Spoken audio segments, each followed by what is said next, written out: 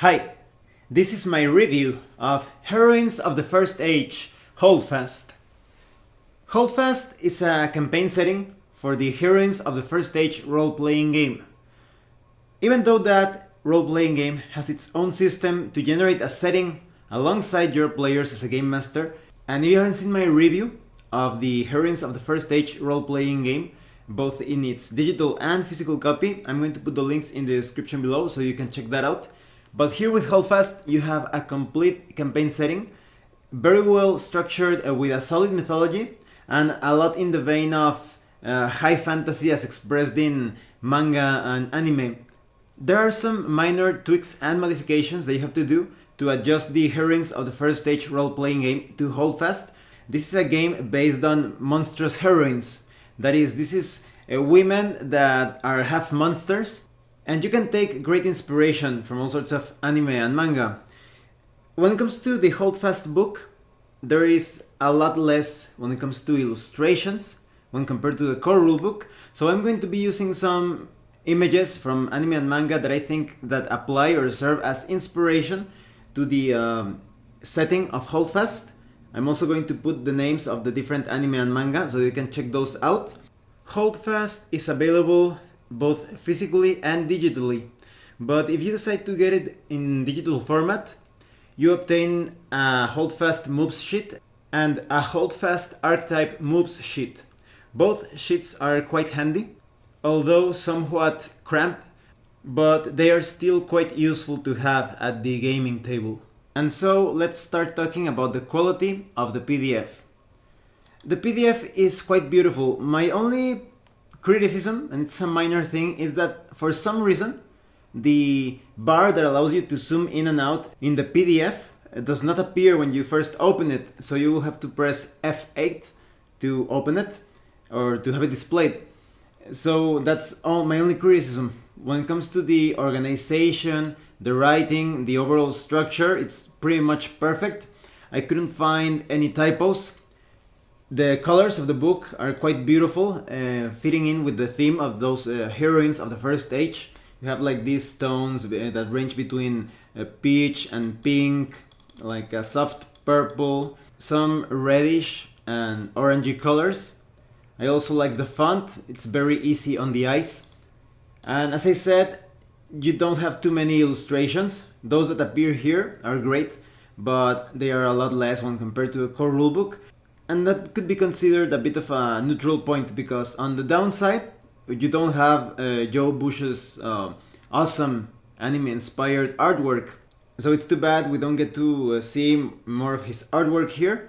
But on the other hand, because there are fewer illustrations, you also have more content when it comes to the setting, non-player characters, places, etc. So overall, the quality is great despite those couple of nitpicks.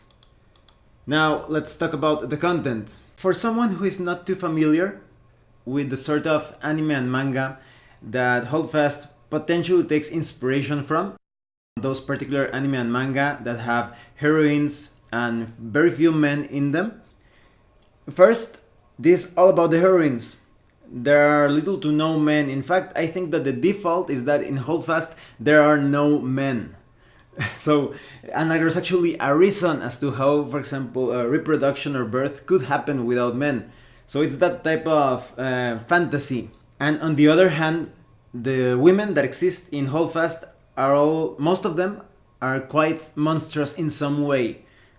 This is quite popular, as many of you know, in anime and manga, video games. Female characters are quite popular. And monster female characters have been becoming a lot more popular nowadays. Just take a look at the somewhat recent trend of Bowset. So Holdfast has all sorts of super-powered heroines moving about with very strange body parts with wings and scales and horns and all of that. And that could actually give you the idea that Holdfast is some sort of like not too serious or somewhat comedic type of experience, but it's actually somewhat bleak. But before we get further into that, let me talk about some of the things that you get at the beginning of the book. First, you have a nice introduction to what this setting is all about, but they also give you some tips as to how to run it. They direct you to different sections of the book to have a better, more smooth gaming experience. Ah yes, and here they give you the sources of inspiration for this setting. And they immediately jump into the key differences between Holdfast and the core rulebook of Heroines of the First Stage. So here in Holdfast, there are new archetypes, moves, tags, tragic flaws, and physical traits and races. You also have some information on new factions that have been added, key locations, the differences when it comes to the core rulebook, and the power pools and creature portfolios as presented in this setting book. Some new threats added to locations, factions, and pools and portfolios, and adversaries as well. They give you a lot of information how to customize this setting. You do have established guidelines and structure, but it's quite easy to modify the setting however you like.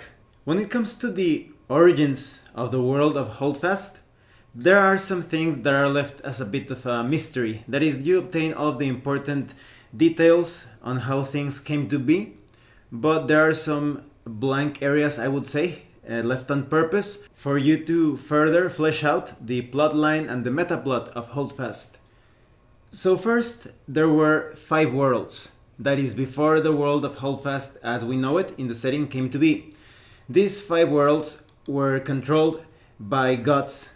These deities were not exactly perfect, not entirely divine. They had their passions and imperfections, but they were kept in check by a group of beings known as the Lightwings. The Lightwings were mortals of unsurpassed magical power. However, they were not very fertile, so their numbers dwindled. There are many mysteries surrounding exactly how everything came to be back then, and as I said, I think this is intentional. So the gods noticed this weakness of the Lightwings and decided to search for a champion. And whichever god chose the strongest champion, that deity would get to decide what to do with all of the worlds. They would be able to scrap everything and recreate everything as well, worlds and gods included. So the mortals found out about this plan of the gods, so they also banded together, and with the help of an ageless advisor and the corpse of a half-dead god, they managed to take hold of reality and create a new world for themselves. These mortals combined together in a sort of multi-goddess deity. They became a mountain with many heads, a sort of high fantasy Mount Rushmore, to watch over the new creation, because now the former 5 worlds ceased to be, and the other gods, the former gods, were shattered and encased into constellations in the sky. However, after the multi-goddess brought about a new world, the multi-goddess went silent. It is a mystery if this goddess suddenly just went into some sort of sleep or just died or went away. It is unknown. And if you want to explore or look further into the past of Holdfast, there is actually a book that is all about the prequel to what happened during this conflict.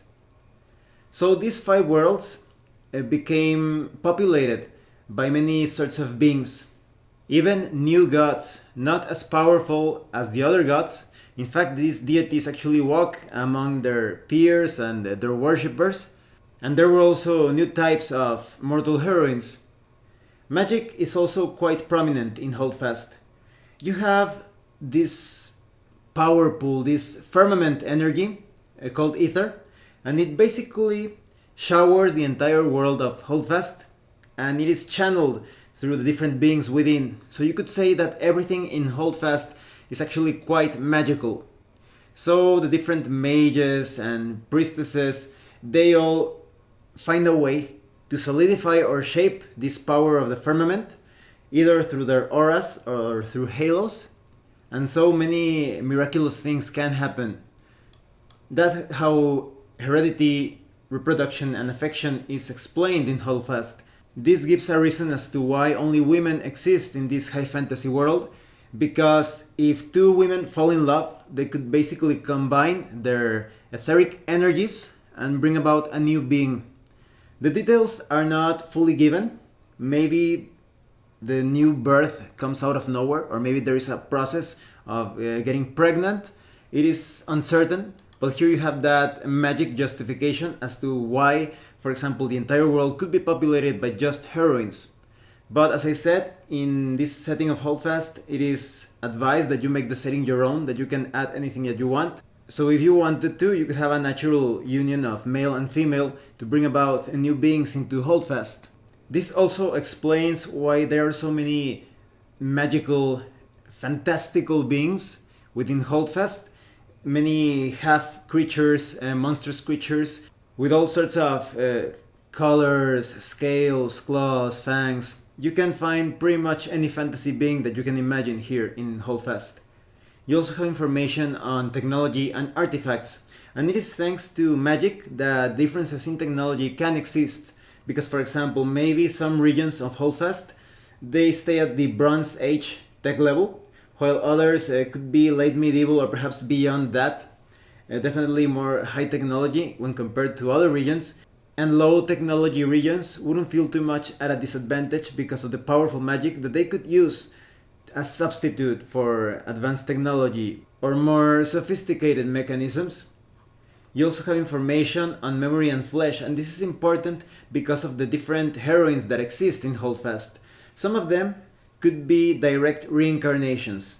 These are people that existed in the 5 other worlds that existed before, but they still remember what happened back then. So they went through that cataclysm, through that apocalypse in the past. And there are also new-made type of women. These were created perhaps in a haste or in a rush by the multi-goddess, and she had to implant memories and knowledge into them. So they feel somewhat strange because many of their recollections and their knowledge was created somewhat artificially and in a rush. They did not live through many things, and they did not need to spend too much time to master different sorts of skills and proficiencies. Although both inhabitants of Holdfast can further develop in their power, in their skill set, there are also other types of beings. For example, there could be direct reincarnations that actually have no recollection of their former lives, and they are known as the Lost. You also have information on the 2nd generation and 3rd generation of beings that came into this new world of Holdfast because they were born from the different romantic unions in the world. The world of Holdfast still has that aspect of bleakness or cataclysm to it, because now that the multi-goddess is gone, many feel without guidance or purpose.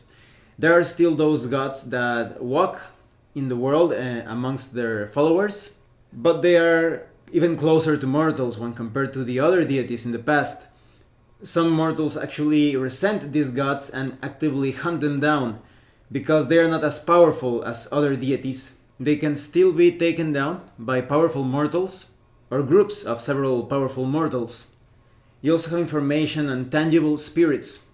They are formed by the expectations of mortals. They are expressions of the way the natural world is perceived. You also have information on the story focus of Holdfast, how there is an apocalypse coming, politically and metaphysically.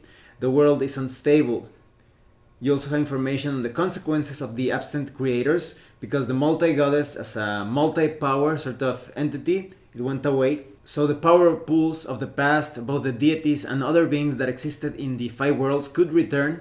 There is a sort of emptiness or vacuum of power. There are many ways to build campaigns around concepts of exploring an unfamiliar world that is a newly created world, about faith versus dogma, how new challengers appear, memories and identities, and the history that could return to haunt the world of Holdfast. Maybe what happened during the 5 former worlds could happen again, a cataclysm that erases all, and maybe now there is no multi-goddess to rescue things or recreate things. There's also information on threats on Holdfast, because in Holdfast there are many conflicts. Your adventures or your campaigns could feature one or more of these conflicts. Maybe it's something related to the God War, that is, those that decided to hunt down the newly created gods or newly emergent gods, but it could also feature some trouble related to the mega beasts, that these are huge, extraordinary, supernatural animals that even house entire cities on them or within them. You also have information on mortal agencies, the different groups and factions here in Holdfast, like the priestesses of the small gods. These are basically mortals that have created god cults around these newly formed entities. You also have the god hunters that hunt down these newly created gods. You also have the archivists, who are the researchers and those that look into the mysteries of the multi-goddess. You also have the tribes of the bear. These are those that are not monster kin. They look like normal humans, that is in real life. You also have other things like the mercantile consortiums, peoples of the southern continent, the oceanic ideologies, etc. You also have information on power pools, these deity-like powers or entities which are larger than gods, at least as they know them in the newly created world of Holdfast. So you have some elements related to campaigns that could be based around any of these power pools. For example, if you are handling the firmament, the same energy that empowers the entire planet with magic, they talk about how this energy makes up the universe, how it is both the thing that the gods metabolize and turn into reality, and also the vast ocean of reality destroying void fire that waits just outside the world. You also have other power pools such as the devil in the details, which is a force that dwells in the archives and infects anyone who reads the right phrases. You also have the quiet, an entity that feeds on the dying worlds. Or the hive, a sentience made of bugs and parasites. It partially controls anyone it infests.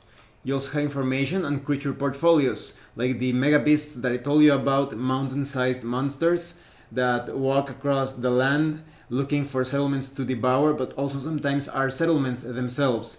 You also have information on the small gods, on the maidens of winter silence, otherworldly interlopers that look like thin lost women. The maidens are searingly cold to the touch and they hunt the edges of civilization. You also have other things such as the wall breakers, which are survivalist mages that think that everything is lost and they start to make holes in reality trying to escape out of reality. You also have the Legion of Spirits, which have learned how to bond with each other and they seek to conquer the mortal lands. You also have major antagonists. Some of them are non-player characters, some others are places, such as Avinia the Younger. This is a minor archivist who just happens to run the most advanced spy ring on Holdfast. You also have the Cloud Lair, which is a drifting castle in the sky. It is haunted by crazed harpies and inhabited by sleeping metal beings. You also have the Eater of Histories, which is an extra-dimensional omnipredator. It feeds on causality and devours the past. You also have Garvana the War-Starved, a small god maddened by the deaths of her kin and surrounded by a cult of frenzied followers. There are many antagonists, many places, and creatures and monsters for you to use as the focus of your campaign or an adventure. Then we have an entire section featuring the world of Holdfast. Because the world of Holdfast also works as a toolkit for any campaign. That is, you can take away things that you do not like or add things. You can handle it any way that you like. Here you have information on different cities and places and regions, how you can adjust the tone of your campaign. For example, some places could feel a bit too gonzo or perhaps comedic when compared to the rest of the setting. So it is up to you to decide what you're going to be using. And if, for example, we were to consider manga and anime as a source of inspiration for your Holdfast campaign, you could see that you could fit almost anything in. They add so many themes, sometimes themes that are a bit in the contrast side of things or that sometimes appear to clash. That is, you could find comedy and tragedy in the same adventure the characters are living in. Here in this chapter, you have all the information on how to use the dangers of Holdfast, because there are many different conflicts related to the factions. You have flavor text all over the entire book, giving you better insight into what's going on. Now that the multi-goddess is gone, you could say that the default setting of Holdfast, as I was saying, is quite apocalyptic with fear, spite, and desperation. But you could still modify things to suit whatever tone or flavor you want for your campaign. So you have information on how the God Hunters are moving forward, expanding, hunting down these newly created entities. You also have information on the depredations carried out by the mega beasts that I mentioned a few moments ago, and how some dangers from the past could resurface. Some powers, specifically the power pools, but also perhaps those that serve them, could have made their journey untouched or unharmed from the past 5 worlds. Their actions could bring an end to the world of Holdfast. You also have information on things that the multi-goddess created and then decided they were too dangerous or a mistake, and she locked them in an island prison, the conversion plagues specifically, but the actions of mortals have unleashed these plagues upon the world. That is, they got them out of their prison because of their curiosity. You also have information on visitors from outside, beings that come from other realms that are truly alien when compared to the normal inhabitants of Holdfast, even though the inhabitants of Holdfast are quite different from what you would expect in a more standard or normal fantasy setting. You also have more in-depth information concerning the different regions and zones of Holdfast. That is information on the mainland. You have information on different threats of all of the areas, and also non-player characters that you can encounter in different places. And for example, in the mainlands, you have information on the Grand Cathedral of the God Hunters. So this could be an interesting place. If you are playing as God Hunters, it's going to be your base of operations. But if you are fighting against the God Hunters, it could be a place that you are infiltrating or attacking. Or maybe you are neutral to the entire thing. That is, the God Hunters pursuing the newly created gods or small gods. Maybe you just enter that place to find out some information or carry out some sort of negotiation. You also have information on the Great Mountain, that is, that place that could serve as a sort of body to the multi-goddess. You also have information on the petty holdings that are in relatively good terms with the small gods, but the Light Wings, specifically the God Hunters, invaded the petty holdings. You also have information on the lands of the Bear, that is, those heroines that do not look as supernatural or as magical or as monstrous as the other inhabitants of Holdfast. You also have information on the mega beasts and the beast cults, and as I said, some people actually live on top or within the mega beasts. You also have information on the shipwrights arbor, because one of the many things that I find really cool in Holdfast is that you have these ships known as the bulb ships. These are actually sentient ships. They choose someone to be their captain, and there are trees in the shipwrights arbor that actually produce these bulb ships. You also have information on the arid mists. This is a desert that is constantly expanding. You also have information on the other lands, and you could consider these to be the biggest trade hubs and centers for learning on the northern continent. You also have information on the city of glass and gold. Cast by the multi-goddess from unbreakable glass and inlaid gold, the city consists not just of the high spire of the archivists and the sunken vaults of the archives, but also a vast urban area inhabited by close to 1 million city folk. There are also some pretty strange places even for Holdfast, like the Owl Barrens. This place is inhabited by owl kin of sorts. They do not have the mouth parts to speak, and they also do not have writing, so it's very difficult to communicate with these inhabitants of the Owl Barrens. Nonetheless, the different factions are trying to sway them towards their side, to provide them with an edge in the different conflicts. You also have the Bonded Wilds, which are, strangely enough, an oasis of subtropical climate in a desert of freezing tundra. You also have information on the Blasted Lands. 40 years of artifact testing, ether research, and experimentation with divine and cosmic energies has not been kind to this swath of tundra. You also have information on the Sai, which is blessed with fertile soil and regular rainfall. Its grasses climb well past head level, making it all but uncrossable to the casual explorer. There are also details about the Godlands, beginning on the southern verge of the Shipwrights Arbor and stretching to the southern coast.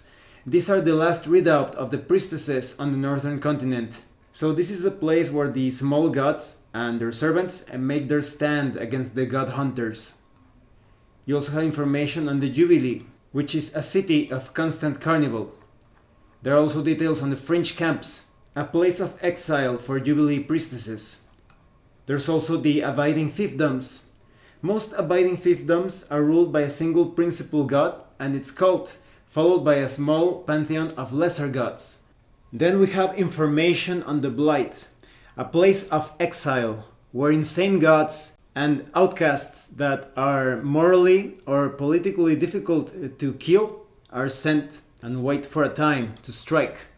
We also have cities at sea, and there are actually aquatic beast cities, that is, cities built on top of mega beasts, and some of them have actually vanished. Even though the cities at sea have been thriving, there are some rumors and threats and mysteries. You could find entire ghost cities. There is even a rumor of a city way below the surface at depths where the pressure is deadly. You also have information on the Tentaculorum, which is a gigantic man-o'-war megabeast, the only city at sea that spends all of its time in contact with the air. There's also New Oran. Its queen, Laetholoathiel, has declared that she owns the rest of the sea and she has the military to try and prove it. There's also Ichthia, which resides within the gullet of a Leopleurodon named Charlie.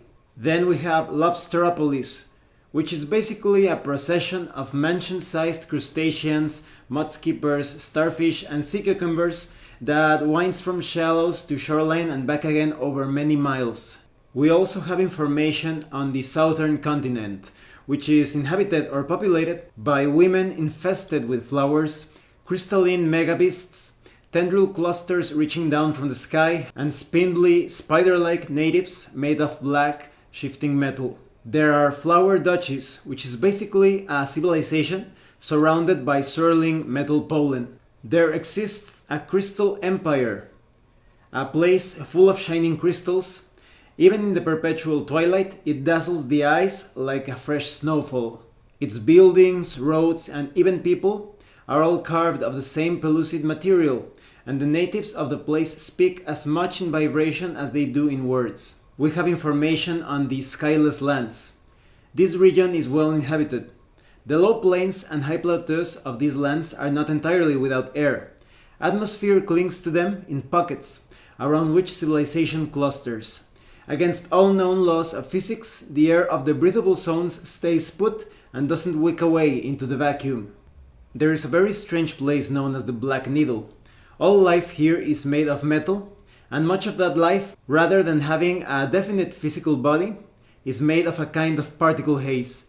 We also have the Harrowing Blue, which looks like a trackless azure desert, which is home to herds of aerial gods, megabeasts, bulb ships, and more than a few monsters.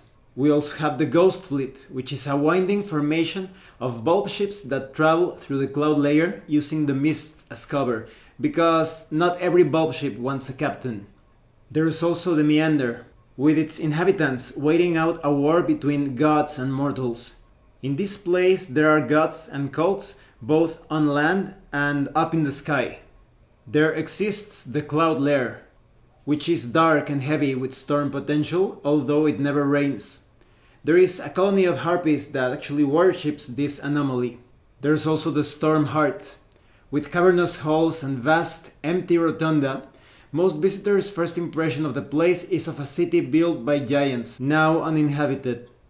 After all of that information, we have a section detailing the origin, where everyone comes from in the world of Holdfast. We have information on the major factions, their motivations, their moves, threats related to them, and non-player characters. So we have the God Hunters that wish to fulfill the multi-goddesses' orders. We also have the Archivists, and they fathom the mysteries of the world. They enforce a strict hierarchy to ensure that only senior archivists get full credit for their fathoming. You also have information on the priestesses of the small gods that worship the gods, try to preserve them, and preserve themselves. And all of these factions have different sub-factions and dogmas within them. I'm just giving you like a basic framework because they are somewhat complex, and a single faction could be the center of an entire adventure or even a campaign. There's also information on minor factions such as the Tribes of the Bear that seek to work out their internal conflicts through external conflict. They were saved by the multi-goddess and have no monstrous features or strengths. You also have information on mercantile consortiums that seek to amass gold. You also have information on the peoples of the southern continent that are just looking to survive. We also have the oceanic ideologies that wish to explore and expand and not to wake the creatures in the deepest ocean. There are also the heirs to the sky that seek to escape landbound concerns and find freedom and peace, and also establish a new nation. There are also the landed nations that live in the shadow of the god war and want to keep their territory safe from others. Then we have a section with information on how to build your character. The process remains largely unchanged when compared with the information presented in the Heroines of the First Stage core rulebook. That is, you only need to apply a few tweaks so that your heroine feels like she belongs in the setting of Holdfast. So you have information on character concept, how does your character see the world, her companions, are there any tensions? Even though this setting lends itself quite well to some interesting character conflicts within the group, because of the god war and the different factions, the mysteries of the multi-goddess, there could be some clashes of interest. It is advised, in my opinion, that only experienced groups that are looking for a very specific role-playing experience should have those conflicts. It's better if the entire group works in harmony. This is also recommended in this book of Holdfast. So you have information on how to determine the generation of your heroine. Maybe you are a direct reincarnation or new made, or you belong to one of the newer generations.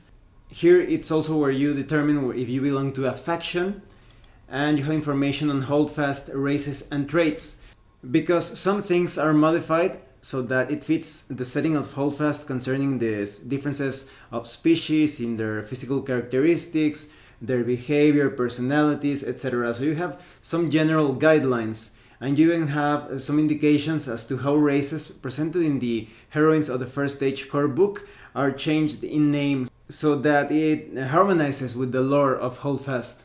So you have many fantastic creatures such as angels, centaurs, centipedes, demons, gigasborn, gargoyles, golems, harpies, kitsune, Medusa, mimics, Quetzalcoatl, slimes, wolves, just to name a few. And any type of creature that you can imagine, it's quite easy for you to make it fit into the world of Holdfast, because there are some magical effects that perhaps resulted in some very unusual creations, or maybe the different energies in the romantic relationships between the heroines produced some very strange and unexpected creatures.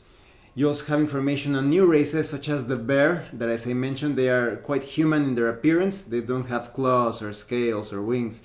There's also the brackish water nymphs, the eel-keen, fox cats, lantern girls, light wings, and all of the information concerning their abilities, their physical appearance, and how they react to the world around them, it's all here. So any type of heroine concept that you can think of, whether you want to use it as a player character or in the case of the game master as a non-player character, ally or antagonist, you will be able to create it with the information here. In fact, you have tips on how to handle player-made races in Holdfast, the roles of heroines in society, information on archetypes that you find in the core rulebook, and new archetypes specific to Holdfast, information on how to combine moves, how to handle some troubleshooting situations. Now let me give you information on the new Holdfast archetypes. You have the apotheotic convergent. The black metal of the south has invaded you, but instead of overtaking you from within, slowly replacing your body every time you draw on its power, it has stabilized, leaving you changed. And you have appropriate characteristics such as amplified frame, amplified legs and arms, force recombination. There's also the daughter of the ocean. The 5 worlds had no seas, so for the women of Holdfast, there is a certain fascination with the languid abyss. Some daughters of the ocean live beneath the waves, others are found on the coasts. A few have never even seen the sea. Yet the daughter of the ocean embodies the sea in both thought and practice. So you have things such as hydromantic tsunami, brine shaper armory, storms brewing, megabeast dreams, blood of Ha. You also have the favored of owls archetype, This is all about those strange creatures that are found in the northern continent. Communicating with them is all but impossible, as they cannot speak Monster King language, but very rarely they will welcome an outsider as one of their own, offering her all the same courtesies as they would their kin. So this is sort of like a beast tamer or beast master type of character, although it's more like a friendship between these owls and your heroine. So you have things such as Unblinking Stare, Swivel Neck, Shadow of the Huntress, Moon Thoughts. Many magical things related that is in attacks and defense and ways in which you can affect the world related to these mysterious owls. You also have the Oathsworn God Hunter. According to the God Hunters, they are the only force that stands between Holdfast and the second cataclysm. Unchecked, the powers of the priestesses and their gods would run rampant. So this is a sort of like Inquisitor or Paladin type of character. So you have many thematic sort of abilities and those that inspire those that accompany you in your hunt against the gods, such as Declaration of Intent, You're in here with me, Show of Spite, Armor of Contempt. There's also the psionic symbiote. A symbiote is never alone. Bonded to their companion beast on a level below thought, they move as one, fight as one, and only by coincidence seem to inhabit two separate bodies. So just like the favored of Owl's archetype, this is also an archetype that could serve to represent a sort of druid or beastmaster or perhaps ranger type of character. The main difference is the psionic symbiote feels more magically inclined and more dependent on relying on the beast, because the favorite of owls usually acts on her own. But in this case, you're always working alongside your beast with pack tactics, many traits that define your animal or beast companion. You also have things such as eerie synchronicity, head full of alien thoughts. When someone tries to influence you, you can retreat into your beast's mind. That's quite useful. Then we have the resurrected eideticist archetype. This is a character that wields the memories of the five worlds. This archetype has learned to channel these memories, plumbing the secrets of the past in order to retain control over the present. So you have things such as skim history, dive into antiquity, burn retros, swirling memories, mimeomancy. So this could be seen as a sort of diviner type of character. Then we have the Warden of the Many. This is a self-appointed title. This archetype seeks to protect or preserve the existence of all gods, and she is pledged small measures of divine power by those she directly represents. This is a protector type of archetype with things such as martyrology, divine aegis, infused with divinity, emotional capacity. So this archetype is also great to forge some strong relationships. And as you can see, many of these archetypes sometimes clash against each other. If one of the characters in the group has an archetype that is focused on protecting the gods, and you have another archetype that focuses on hunting down the gods, there's going to be a problem. So you should take that into consideration when building the group. And remember, these are just the archetypes specific to Holdfast. All of the other archetypes within the core rulebook of Heroines of the First Stage, and any archetype that you can think of that you come up with, you can also insert it here in Holdfast. Then we have information on new special power moves, such as aerial adaptation, aquatic adaptation, ink defense, which you use to spray your surroundings with noxious ink. You also have a deep seer. You have adapted to the dark beneath the waves. Most of these powers are pretty much self-explanatory, such as natural infiltrator, preternatural hardiness, toxin immunity, venom engineer. You also have some new social moves, such as Beautiful Boys, Cassandra Complex. When you warn someone against a course of action that then goes poorly for them, you get a bonus for that. You also have a Chosen Pilot as a social move. A bulb ship has accepted you as its partner. Remember, the bulb ships are sentient ships. You also have other things such as Loyal Bondmate, Sanctioned Emissary, Stolen Relic. You have a piece of equipment with a blessing on it. You also have some incarnation moves. They have to do with the way your character came into this world, memories of your other life and such. So this is related to direct reincarnations. Maybe you're a cosmic plaything. Maybe you are from the first generation, or you have flashes of the cataclysm of the past. You also have halo moves, As I mentioned, the magic is channeled through different characters, and it is either channeled in the form of an aura or a halo. So here we have those halo moves. So you have things such as Abiding Halo that actually gives you protection. You also have Autarch's Halo that gives you an edge in social moves. You also have Ravager's Halo, allowing you to deal more damage. You have new tragic flaws such as alien language, so you could get misinterpreted, you could be amnesiac, you could be a bumpkin, you could have a darker half, your other self could awaken, and you could be acting unlike your normal self. Or maybe you are being hunted, or you are infected, or maybe you have some sort of troubled memories, or maybe you are a zealot. You also have the equipment expanded and revised section with some minor tweaks and information as to what type of equipment you can bring to Holdfast, which is pretty much everything in the core rulebook, but you modify a few things.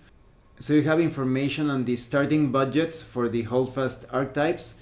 You also have new tools and new resources such as the antitoxin, the beast grease, which is a hefty tin filled with slatherable rendered fat from a slain mega beast. You could use it in place of a ration, or to start a fire, or bait a trap, or to make a surface treacherously slick. You also have cards. There's this item known as the Cascade Breaker. You apply it to your weapon and you deal less damage, but you actually get past armor, so it's good against heavily armored opponents. You also have things such as deworming tablets, distracting needles, night lenses, and similar things. You also have new resources like the bulb ship. You also have the costing gold for each of these resources. You have things such as mega beast larvae if you want that. You also have the price for different pets, ships and porters, that is normal ships, not bulb ships. You also have new weapon upgrades very much in theme with the magical phenomena and beings in Holdfast. Like for example, a maiden touched weapon deals freezing damage. There are also psionic weapons, scorpion-esque weapons, totemic weapons. Your weapon could also have a drowning aura. You also have new weapon blessings. For example, your weapon could be baleful, so you have a curse effect. Or maybe your weapon has the erasing blessing, so your weapon is powered by the void fire. Or maybe one of these blessings turns your weapon into a parasitic type of weapon, or sawtoothed, invasive.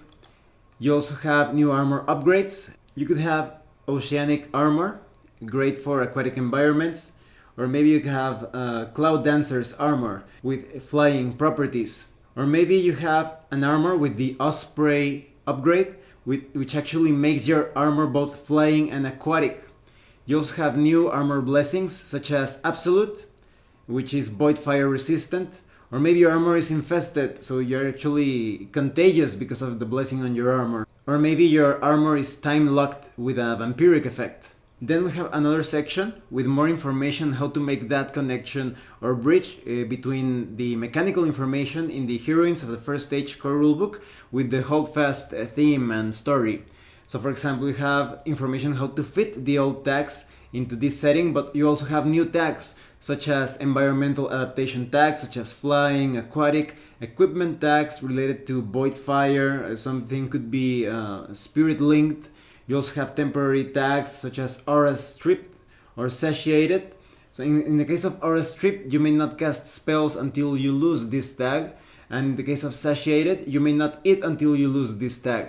There are also allegiance tags related to different factions, like for example the God Hunters, the Priestesses, the Legion of Spirits. You also have a section with a lot of tips and advice for the Game Master. How to handle the agendas to complicate the characters' lives, or make the last age come alive, discover the tale together with your group, how to handle principles and Game Master moves, generating new things, how to introduce artifacts that could be of some help for the player characters, or they could be the center of an adventure. Maybe it's actually an antagonistic type of element. You can actually generate them. This artifact generating system is going to be quite useful not only for Holdfast, but for any high fantasy setting. Maybe the artifact has the appearance of a broom, or maybe an apron, or maybe it actually looks like an axe or a hammer or a sword or a tome. So the artifact may appear to do something quite domestic or mundane. Maybe it creates food and drink, or performs simple housework. Or maybe it's connected to something more industrial. Maybe it terraforms an area.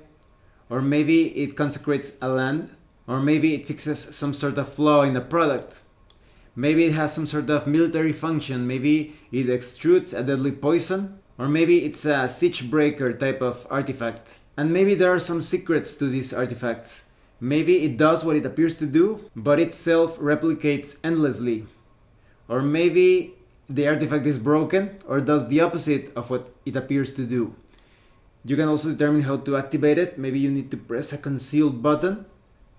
Or maybe you need to bargain with the artifact. And there's also information to neutralize the functions of the artifact. Maybe the players need to get rid of it or destroy it in some sort of way, like in the Lord of the Rings. So maybe they need to do a blood sacrifice, or maybe they need to say an obscure word or phrase, or break it several times. You also have information on encounters, outposts, even to generate something that is wrong with the outpost. Maybe the doors are open but no one is home. Maybe the outpost is under periodic attack.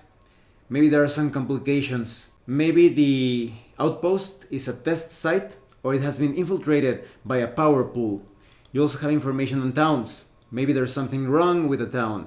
Maybe it's stuck in a time loop, or there are enemies demanding tribute.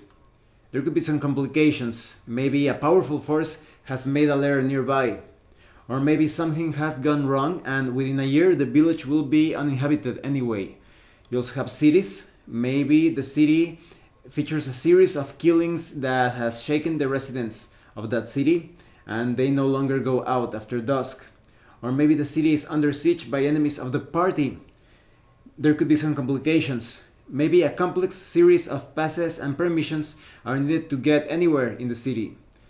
Maybe two power pools or creature portfolios are at work in the city and they definitely know about each other. There's also information on armed conflicts. For example, you blunder into an armed conflict that is unevenly matched and the losing side calls for your help. What are you going to do? Or maybe there is a conflict that could still be resolved peacefully if you can get both sides talking. Or maybe the conflict has distracted both sides sufficiently so that a nearby camp is unguarded. You also have information on settlements and conflict sites. Maybe there's a conflict between the priestesses and the god hunters, or between archivists and some bandits or rebels.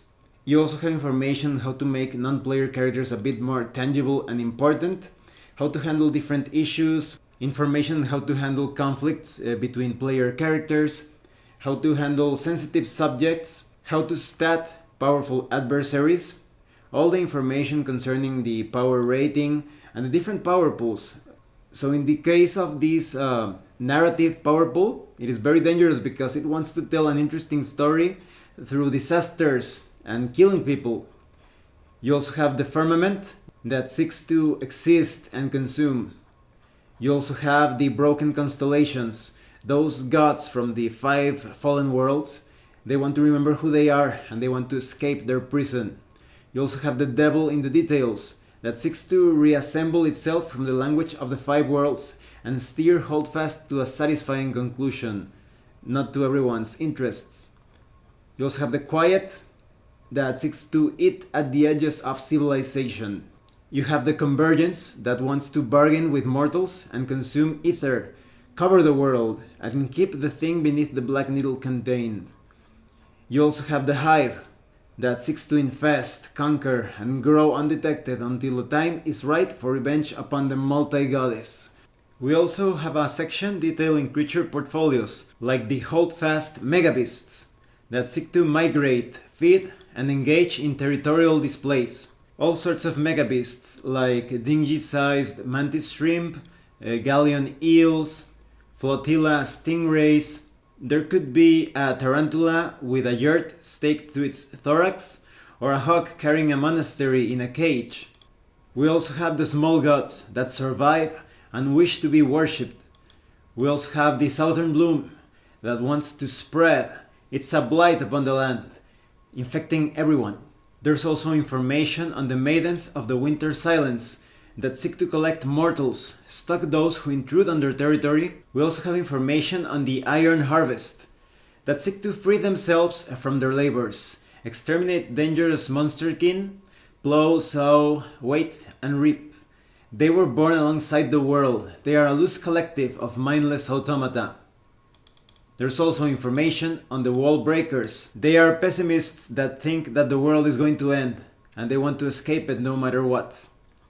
You also have the Legion of Spirits, that seek to emancipate spirits from their pact bonds and establish a free and independent nation of spirits. You also have specific antagonists like Avinia the Younger, that seeks to misdirect the archivists and offer jobs, advancing a mysterious agenda. You also have the Cloud Lair, that bides its time until the world is ripe for the taking. You also have Dorgana Return, that seeks to unify the bear and build a mysterious obelisk. She wants to rule the south. You also have the Eater of Histories, that devours memory and identity, one piece at a time. You also have the Emissary Maltrev, that flees retribution and promises incredible technology, hides behind political alliances, and she seeks to establish herself in the north. You also have Garvanta, the war-starved, that seeks vengeance on those who weakened the gods. You also have the Hive Servitor, that wants to direct the Hive's assets, subjugate all sentient life, and supplant the Hive. You also have Ho-Ondi, the most influential, highly respected member of the Wallbreakers. He seeks to find a better world by all means necessary. You also have Lady Maltavelia, the sovereign ruler of Chistria, that seeks to break the God Hunters. And these are just some of the antagonists that you can find in Holdfast. They are quite detailed with their motivations, moves as well, their descriptions. A single one of them could feature the vortex or center of a series of adventures. By the end of the book, you have further advice on how to, for example, add some antagonists that appear in the Heroines of the First Stage core rulebook. And at the very end of the Holdfast book, you have a glossary featuring all of the important concepts and definitions. So it's going to be very easy for you to understand the setting of Holdfast. So what do I think of the setting of Holdfast for the Heroines of the First Stage role-playing game? My only criticism of this book is that I wish it had more illustrations. Joseph Bush has a lot of talent in representing those high fantasy characters and places with lots of anime and manga flavor to them, and you get just a few of them in this book, so I wish we could have had more of them. But as I said at the beginning, on the other hand, we have a lot of content because of that, many pages with all sorts of details, plot elements, all sorts of twists and turns related to the world of Holdfast. You will never have a shortage of adventures. Everything, places, people, gods, everything has multiple adventure seats within if you know where to look. All that background information, all of those conflicts, possible alliances. The world of Holdfast comes alive quite easily as you read through the pages of the book. This is a setting of high fantasy, but there's also quite a bit of weirdness, like the sentient ships, or all of those strange life forms that seem quite alien, and those things that combine metal with plant. All of those power pools, those gods from the past and from the present, those that are somewhat weak when compared to other gods to the point that mortals can't hunt them down. All of those factions that could have conflicts and solutions and alliances outside of them or within the same faction. There are many approaches to the types of adventures that you can have in Holdfast. Just make sure that the members of the party are all seeking the same thing, unless you want some political maneuvering and backstabbing, similar to Game of Thrones perhaps. And I would still recommend that you only try that if you have an experienced role-playing group, and if you want to have adventures that are tailored towards intrigues and player versus player conflict. Heroines of the First Stage is powered by the Apocalypse, so I think this is a good system to solve those types of situations or adventures. But if you want a more cooperative experience within the player character group, then make sure that all of the characters have archetypes that do not clash against each other, or factions that are in somewhat good terms or belonging to the same faction. or sub-faction, because many of the factions have different, as I said, groups and subgroups. I think it's very easy to elaborate or build upon what Holdfast presents using the Heroines of the First Stage core rulebook, but if you wanted to, you could take another anime-like type of system, or something that represents anime or manga, and use the setting of Holdfast with little to no trouble. Maybe you want to play using OVA or OVA.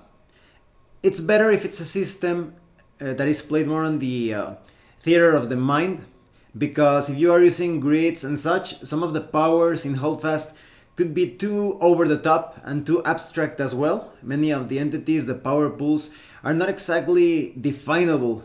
They are slightly, just a bit Lovecraftian in their abstraction. So I would recommend that you use a system that is somewhat abstract as well, or on the theater of the mind, that focuses on immersion through storytelling rather than tactical role-playing, to have a more smooth Holdfast experience. So I highly recommend that you get Holdfast for your Heroines of the First Stage role-playing game, or for any anime or manga type system that is more on the theater of the mind side of things. I also think that it's going to be very easy for you to modify anything that you do not like of the setting, or if you think that it lacks something, you could also add that.